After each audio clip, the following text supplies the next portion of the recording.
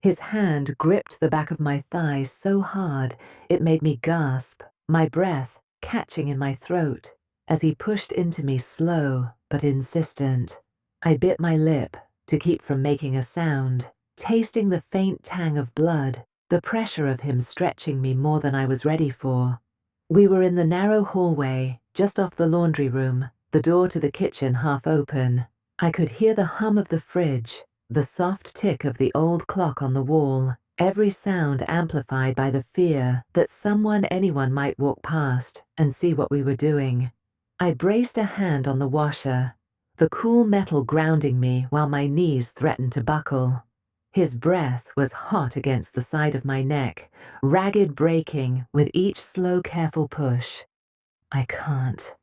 Slow down, he whispered, voice hoarse, his fingers tightening where they dug into my skin.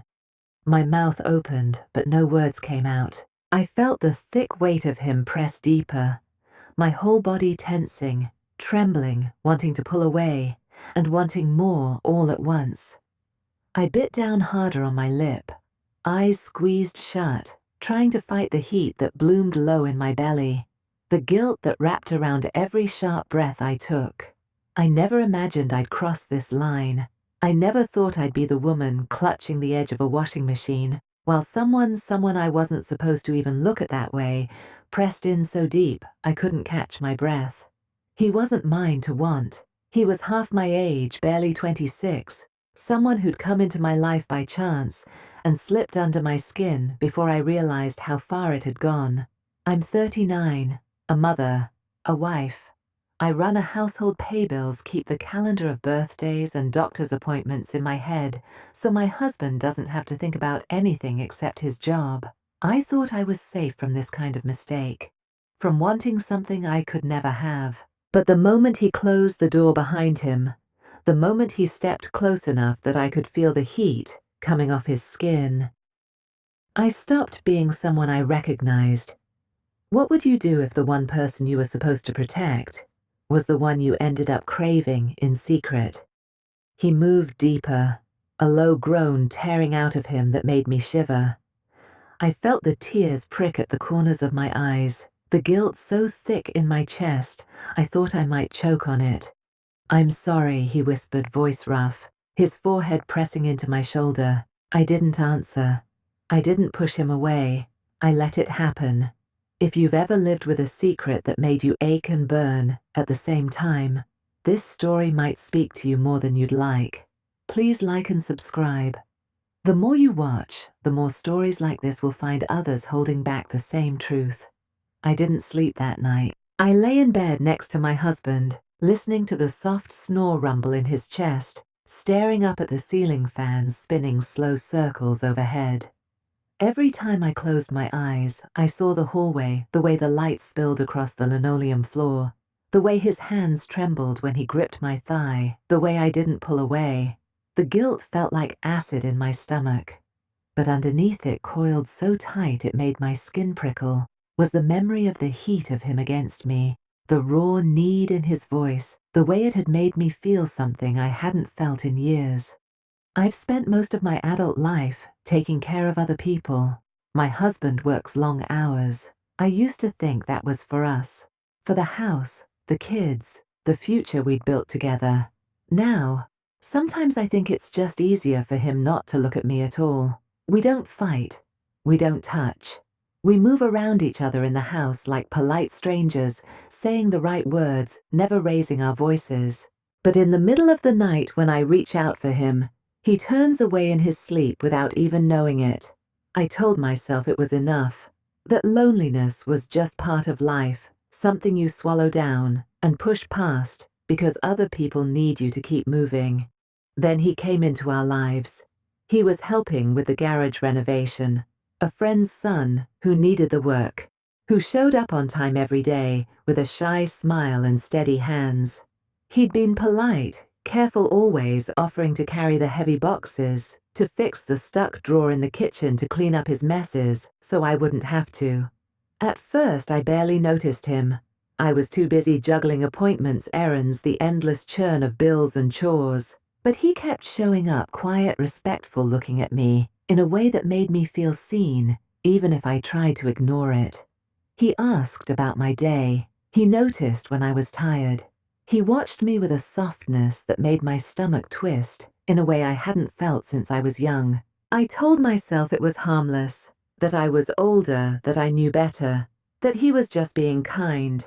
But the way he lingered in the doorway when I bent to pick something up, the way he brushed against me in the narrow hallway, the way his voice went low when he said my name, it built something in me I didn't know how to bury. One afternoon he stayed late to help with a leaky pipe under the sink. My husband was working late, and the house was quiet, except for the drip of water and the faint hum of the fridge. He was on his knees, his shirt riding up just enough that I could see the line of muscle at his lower back, the flush of pink skin where the waistband of his jeans dipped. I should have looked away, but I didn't. And when he stood turning toward me with his hands still damp and reached up to brush a stray hair from my cheek, I felt something in me shift, a crack running through the careful shell I'd built around myself for years. I think part of me wanted it to happen, even if I couldn't admit it then. After that day in the hallway, I told myself it wouldn't happen again.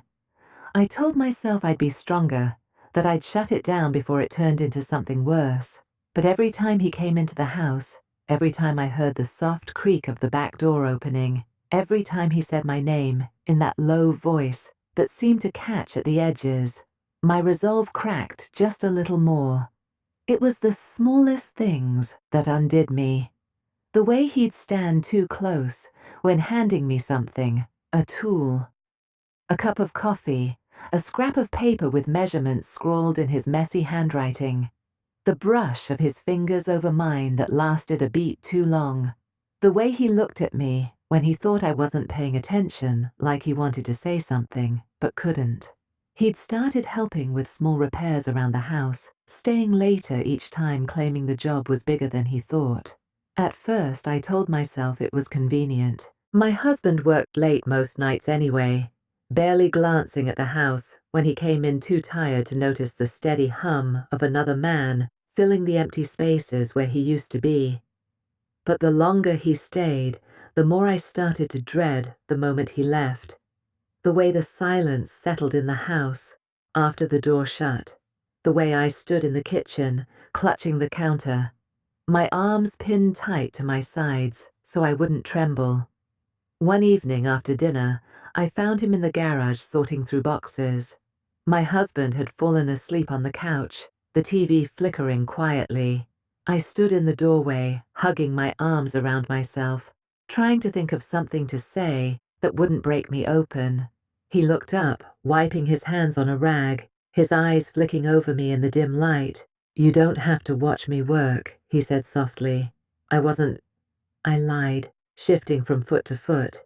I just needed a minute. He set the rag aside, stepping close enough that I could smell the sweat and sawdust clinging to his shirt. "You always look like you're holding your breath," he whispered. "I don't know what you're talking about," I said, but the words came out thin, weak. His hand twitched at his side like he wanted to touch me, but was fighting it. "You don't have to pretend with me," he murmured.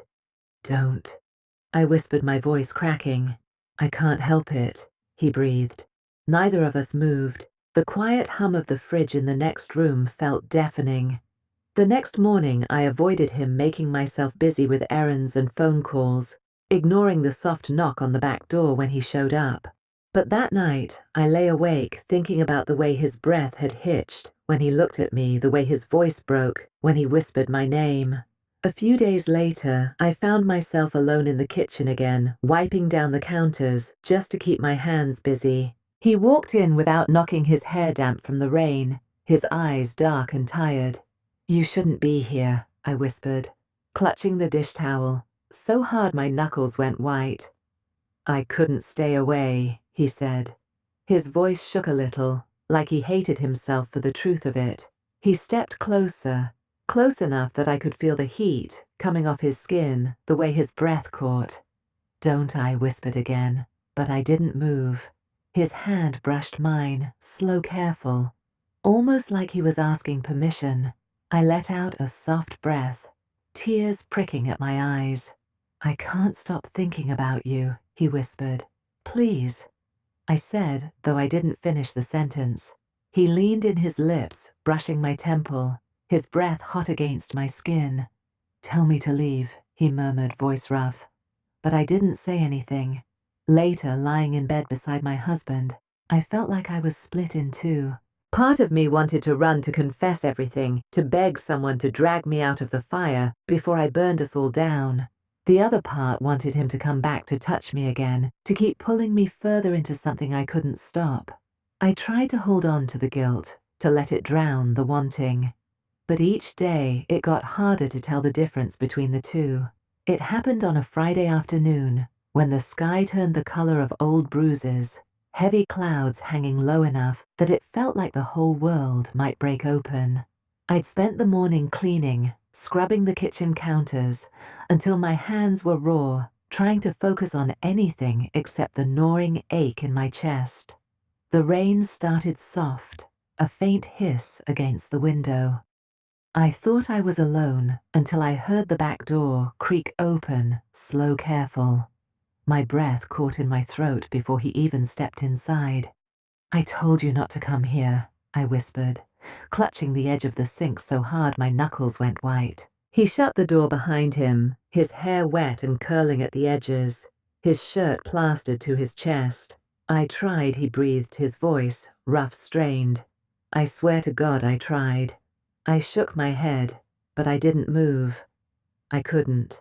He crossed the room in 3 steps, his boots squeaking on the linoleum.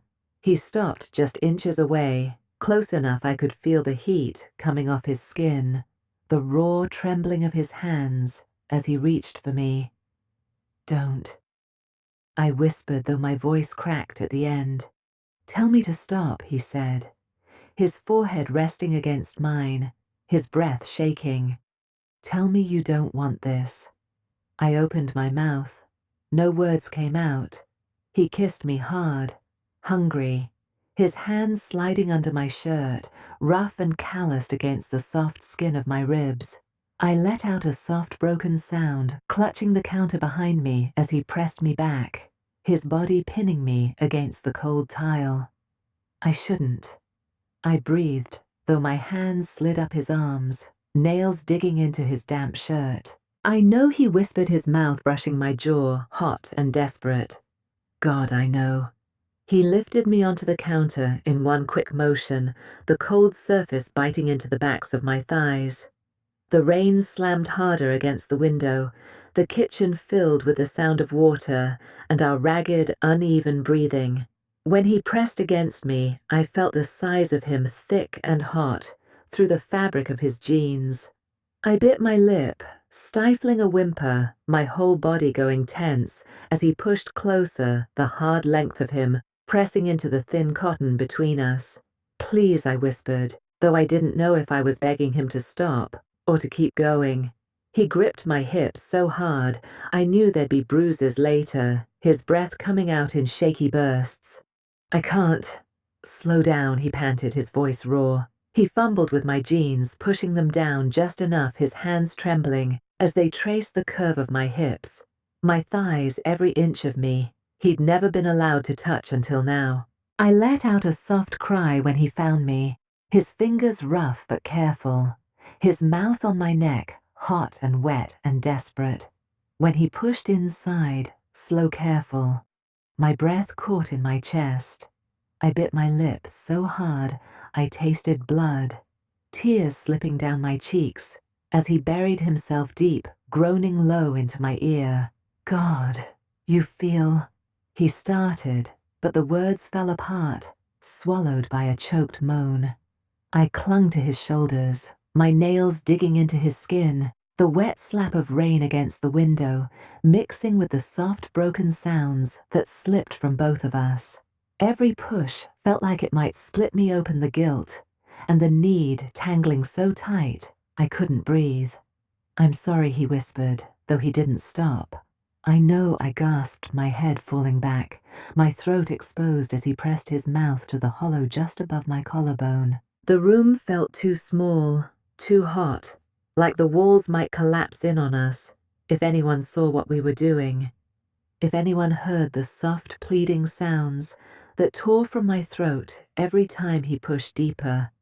When it was over, he held me there, both of us trembling, the sound of the rain filling the empty spaces between our breaths. "I can't.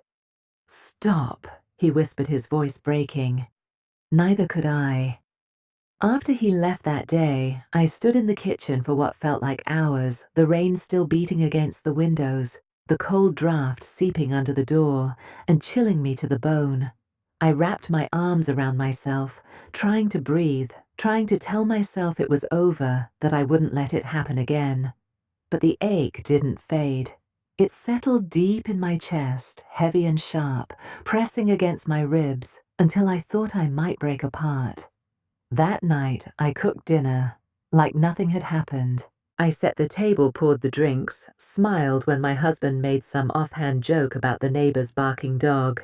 I nodded and murmured at the right moments, careful not to let my hands shake as I passed him the salt. But every time I blinked, I saw the way he looked at me in the rain-soaked kitchen, the raw hunger in his eyes, the way he said my name like it was the only word he knew. I lay awake for hours that night, listening to the steady rhythm of my husband's breathing. When I finally slept, I dreamed of him, the heat of his hands, the rough scrape of his breath against my ear, the broken way he whispered, "I can't stop." In the morning, I found a text waiting on my phone. "I can't stop thinking about you. I'm sorry, but I can't." I set the phone face down on the counter, my chest tight, my fingers trembling so badly I nearly dropped my mug. He kept coming by, always with some excuse, a loose hinge, a crack in the drywall, a question about the garage project. I told myself I wouldn't let him get close again, that I'd be strong, that I'd shut it down before it turned into something worse. But every time he stepped into the house, the air changed. It felt like the world narrowed to the space between us. The soft brush of his shoulder against mine in the hallway, the lingering warmth of his fingers when he handed me a tool, the rough edge in his voice when he said my name. He started leaving notes tucked into the drawer where I kept the scissors, slipped under the stack of junk mail on the counter, hidden in the folds of a clean dish towel. "I can't stop wanting you. Tell me you don't feel this too. I'll leave if you tell me to."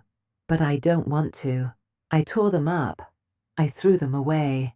But I couldn't stop reading them first, holding the paper in my hands so tight it crumpled my breath, shaking, as I fought the need that clawed at me every time I saw his handwriting. Sometimes I'd catch my reflection in the dark window at night, the pale smudge of my face, the hollow look in my eyes, and I didn't recognize myself. I started jumping at every noise. Every time the door creaked or the phone buzzed, my heart slammed against my ribs, terrified it would be him, terrified it wouldn't. We kept finding moments alone, small secret spaces in the quiet hum of the house. He'd brush past me in the hallway, his hand catching mine, for just a second, his thumb brushing over my knuckles. "We can't keep doing this," I whispered, once clutching the edge of the counter so hard my fingers ached. I know he breathed his forehead, pressing into the side of my head, his voice breaking. But I don't know how to stop. Neither did I. Sometimes I hated him for it, for making me want him, for showing me how empty I'd been, how easy it was to crack open the shell I'd built around my life. Other times I hated myself more for letting him in, for wanting him so badly I couldn't think straight, for feeling more alive in the moments he touched me than I had in years. I tried to stay away. I cleaned every room in the house twice over, reorganized the pantry, scrubbed the grout in the bathroom tiles until my fingers were raw. I told myself the work would bury the need, smother it under the weight of daily life. But every time he came close, every time his voice brushed against my ear, the ground slipped out from under me all over again. I don't know if I want to stop, or if I just want to stop hating myself for not. It didn't fall apart all at once. It was small cracks, First, the way my husband started watching me across the dinner table. His brow furrowed, his mouth pressing into a thin line when I looked away. Then came the day my daughter found the crumpled note in the trash. One of his, the messy scrawl that I hadn't torn up well enough, the words still visible along the edge. She held it up to me, her eyes wide, confused. "Who wrote this?" she asked. I froze. My heart thudded in my chest, so loud I could barely hear her. "It's nothing," I whispered, snatching the paper from her hand, crushing it into a tight ball. But the suspicion was there, coiled behind her eyes. That night I stood by the window, watching the street for his car.